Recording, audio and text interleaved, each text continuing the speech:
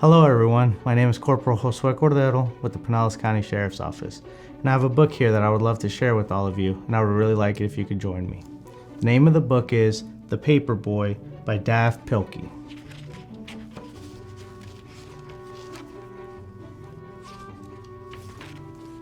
The mornings of the Paperboy are still dark, and they are always cold even in the summer. And on these cold mornings, the Paperboy's bed is still warm, and it is always hard to get out, even for his dog. But they do.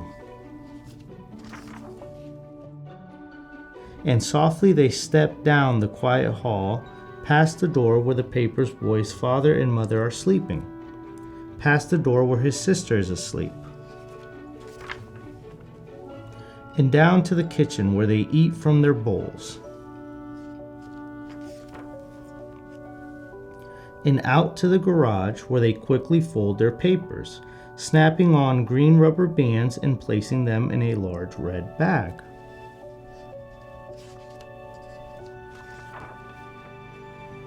It's hard to ride a bike when you are loaded down with newspapers, but the Paperboy has learned how to do this, and he is good at it.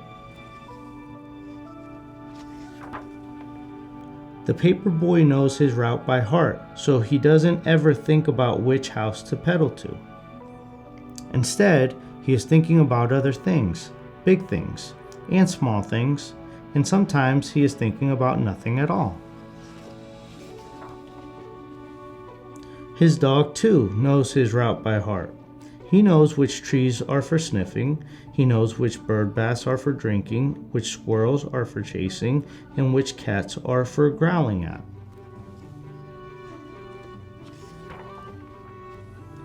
All the world is asleep except for the Paperboy and his dog, and this is the time when they are the happiest.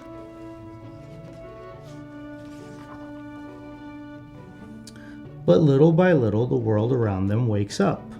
The stars and the moon fade away, and the skies become orange and pink. And when the Paperboy has delivered his last newspaper, he and his dog race home. And his empty red bag flaps behind him in the cold morning air.